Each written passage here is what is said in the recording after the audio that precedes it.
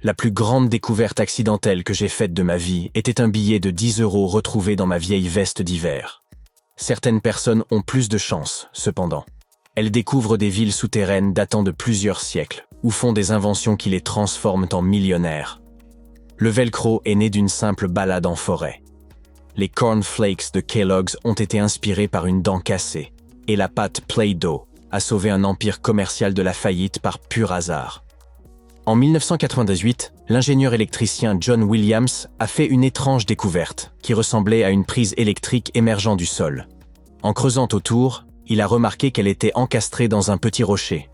Cette découverte a eu lieu dans une zone rurale d'Amérique du Nord, loin de toute zone urbaine ou industrielle, de tout aéroport et de toute installation électrique. Cette pièce électronique encastrée dans un solide bloc de granit a été baptisée Enigmalith et est évaluée à 500 000 $.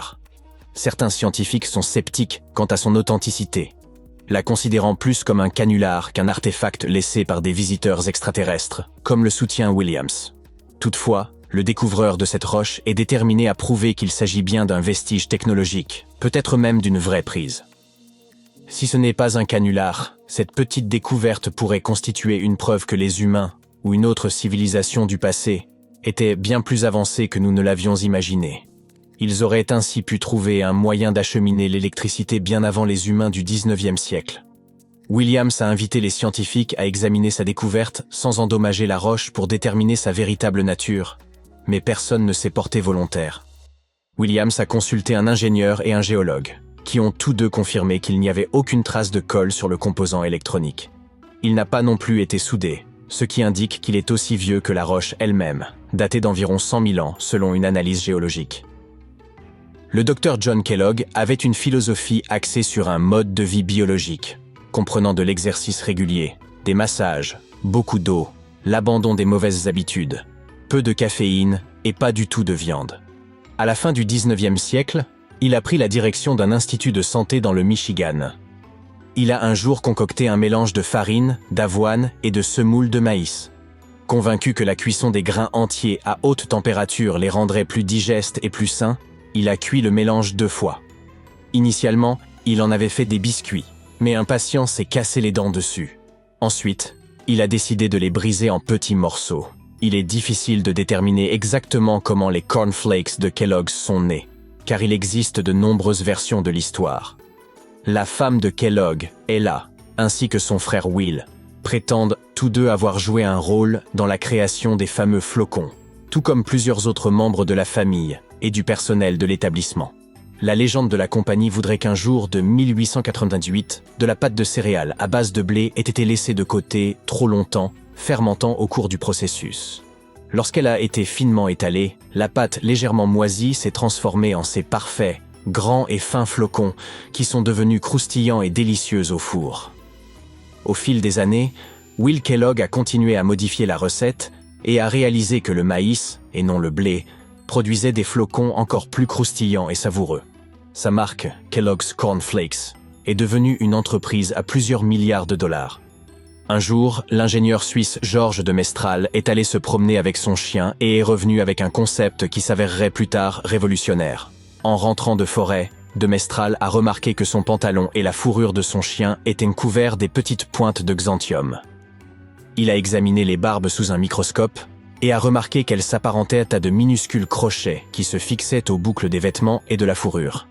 Déterminé à reproduire cette technologie naturelle, il a entrepris de concevoir un système d'attache extrêmement solide, aux multiples applications pratiques. Après plusieurs années de recherche et d'expérimentation avec différents matériaux, il a finalement opté pour le nylon. De plus, il a dû mettre au point un métier à tisser spécial capable de tisser des fibres dans les bonnes tailles, formes et densités. Après 14 années de travail acharné, de Mestral a finalement présenté au monde le velcro, dérivé des mots velours et crochet. Bien qu'il ait espéré que son invention remplacerait les fermetures éclairs, l'industrie de la mode l'a initialement perçue comme bas de gamme et peu attrayante. La NASA a toutefois reconnu son potentiel et commencé à l'utiliser dans les combinaisons spatiales et les casques des astronautes dans les années 1960. Aujourd'hui, le velcro est omniprésent, avec une multitude d'applications, des chaussures aux jouets en passant par les coussins des sièges d'avion. Jusqu'au milieu du XXe siècle, le chauffage au charbon était la norme dans la plupart des foyers, laissant de la suie qui s'incrustait partout dans la maison, en particulier sur les papiers peints. Kuttol Products était le principal fournisseur de nettoyants pour papier peint de l'époque. Cependant, dans les années 1950, de plus en plus de gens ont adopté le gaz, le pétrole et l'électricité comme source de chauffage, ce qui a largement résolu le problème de toute cette suie. Le propriétaire de Kuttol Products essayait désespérément de sauver son entreprise. Pendant ce temps, sa belle-sœur, qui était institutrice en maternelle, a lu qu'un nettoyant pour papier peint pouvait être utilisé pour fabriquer des décorations. La pâte à modeler traditionnelle était trop difficile à manipuler pour ses élèves. C'est ainsi qu'elle a décidé d'expérimenter avec ce matériau. Et ça a très bien fonctionné. Elle a partagé sa découverte avec ses proches et a proposé un nom pour ce nouveau produit. Play-Doh. Avec la société Kuttol au bord de la faillite, c'était l'opportunité idéale pour une reconversion. Rapidement, des grands magasins comme Macy's et Marshall Field ont montré de l'intérêt pour ce nouveau jouet et ont commencé à le distribuer. Au début, la Play-Doh n'existait qu'en blanc, mais elle a rapidement été déclinée en rouge, bleu et jaune. Ils ont apporté plusieurs modifications à la recette originale, mais la composition de base reste largement la même que celle utilisée pour nettoyer le papier peint. Une légende urbaine affirme que si vous prenez toute la pâte à modeler Play-Doh jamais produite et la faites passer dans leur machine, vous obtiendrez un serpent assez long pour enrouler la planète 300 fois. Un Turc rénovait sa maison lorsqu'il a abattu une cloison de sa cave à coups de masse. À sa grande surprise, il a découvert un tunnel caché derrière le mur qui conduisait à une ancienne ville souterraine. Ce tunnel conduisait vers d'autres passages, des salles et des chambres. Cela s'est avéré être un complexe souterrain entier de 18 étages, dépourvu d'habitants et depuis longtemps abandonné. C'était la cité de Derinkuyu, conçue il y a des milliers d'années pour accueillir jusqu'à 20 000 personnes. Quiconque l'a construite a fait preuve d'une grande maîtrise, car creuser des tunnels dans cette roche tendre présente des risques d'effondrement considérables. Aucun des étages de Derinkuyu ne s'est jamais effondré.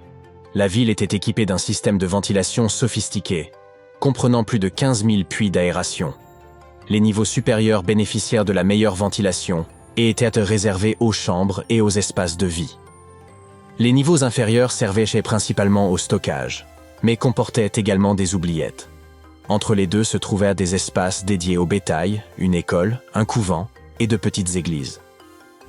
John Martin, un professeur de sylviculture, se promenait une nuit dans une forêt du Wisconsin. Il utilisait une lampe torche à UV pour repérer les lichens, les champignons, les plantes et les grenouilles qui brillent sous cette lumière. Soudain, il a entendu un écureuil volant couiner près d'une mangeoire à oiseaux. Il a braqué sa lampe torche sur l'animal et l'a vu se teinter de rose. Le professeur en a discuté avec son collègue et ils ont décidé d'approfondir leurs recherches.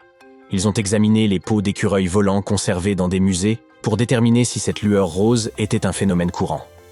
Il s'est avéré que presque tous les spécimens d'écureuils volants qu'ils ont examinés présentaient cette fluorescence. En revanche, les écureuils ordinaires n'en présentaient aucune. D'autres animaux fluorescents, comme les macareux et les caméléons, émettent une lueur bleutée sous la lumière UV. Les seuls autres mammifères avec une fourrure fluorescente sont une vingtaine d'espèces d'opossums. Ils habitent divers écosystèmes et ont des régimes alimentaires différents. La seule chose qu'ils aient en commun avec les écureuils volants est qu'ils sont nocturnes, alors que les autres écureuils préfèrent la lumière du jour. Il est possible que la lueur rose ait une fonction liée à la perception et au repérage nocturne des écureuils volants, surtout dans des environnements froids et enneigés où la lumière UV est plus abondante. Une autre hypothèse est qu'elle pourrait servir de moyen aux écureuils mâles d'attirer des partenaires potentiels. Il est également envisageable qu'il s'agisse d'une forme de mimétisme.